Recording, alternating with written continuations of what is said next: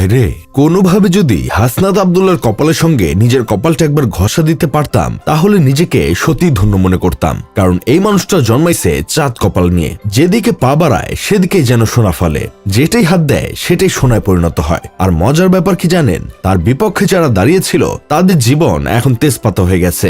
আজ একটা নিউজ চোখে পড়ল, দেখলাম হাসনাত আব্দুল্লাহ নির্বাচনী প্রচারণের জন্য তার স্কুল জীবনের বন্ধুরা নাকি তাকে 14 লাখ টাকা উপহার দিয়েছে। শনিবার বিকেলে দেবিদাস সদরের রিয়াজউদ্দিন পাইলট মডেল সরকারি উচ্চ বিদ্যালয়ের 2014 ব্যাচের শিক্ষার্থীদের আয়োজনে পুনর্মিলনী অনুষ্ঠানে আনুষ্ঠানিকভাবেই এই টাকা তার হাতে তুলে দেওয়া হয়। উল্লেখ্য, হাসনাত আব্দুল্লাহ 2014 সালেই এই স্কুল থেকে এসএসসি পাশ করেছিলেন। এখন আমার প্রশ্নটা একেবারে সোজা, হাসনাত আব্দুল্লাহ এই বন্ধু বান্ধবগুলো কোন ওয়েবসাইট থেকে ডাউনলোড করেছে? না মানে আমিও চাই সেই ওয়েবসাইটে ঢুকে 2-4টা বন্ধু ডাউনলোড করতে। আমার জীবনে যে কয়টা বন্ধু আছে তারা সবাই দারিদ্র্য সীমার 3 হাত নিচে বসবাস করে। তাদের কথাবার্তা শুনলে মনে হয় আমি নিজের একটা কিডনি বিক্রি করে দিয়ে ওদের সাহায্য করি। আমার বন্ধু কেরামতের থেকে আজ পর্যন্ত 1 টাকা সাহায্য পায়নি।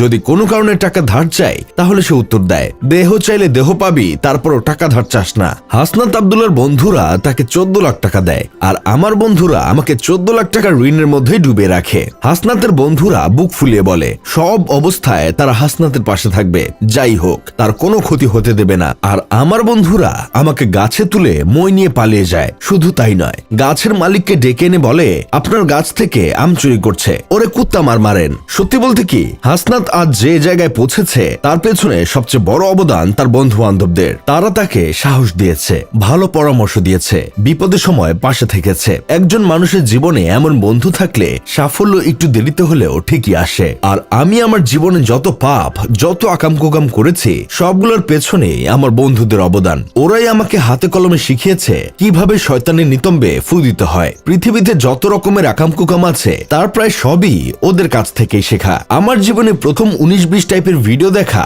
সেটা আমার বন্ধুদের হাত ধরে। তারা এটার শিক্ষাগুরু ছিল। 2 GB মেমোরি পুরোটা ফুল করে এনে বলতো সব HD কালেকশন। এঞ্জেল হোটাইট, অ্যালেক্সটার, নাতাশা মালকোভা কিংবা ড্যানি ড্যানিয়েলস, ওদের কাউকে আমি চিনতাম না। এই বন্ধুরাই আমাকে শিখিয়েছে ওরা কারা। জীবনে প্রথম চুরি করা সেটাও বন্ধুদের হাত ধরে। আম গাছ থেকে শুরু করে জাম গাছ, নারকেল গাছ থেকে কাঁঠাল গাছ, গ্রামের এমন কোন ফলের গাছ বাদ নাই যে গাছ থেকে চুরি করি নাই। এই চুরি শুধু ফলের মধ্যে সীমাবদ্ধ ছিল না, আস্তে আস্তে গ্রামের হাঁস মুরগির দিকেও নজর গিয়েছিল।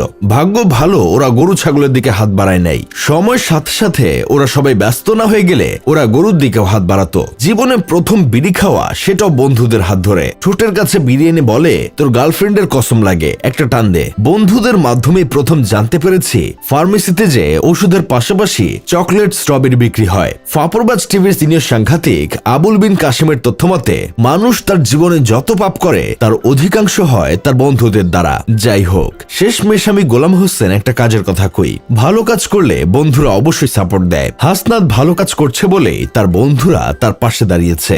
আপনি ভালো কাজ করলে আমাদের বন্ধুরাও অবশ্যই আমাদের পাশে দাঁড়াবে।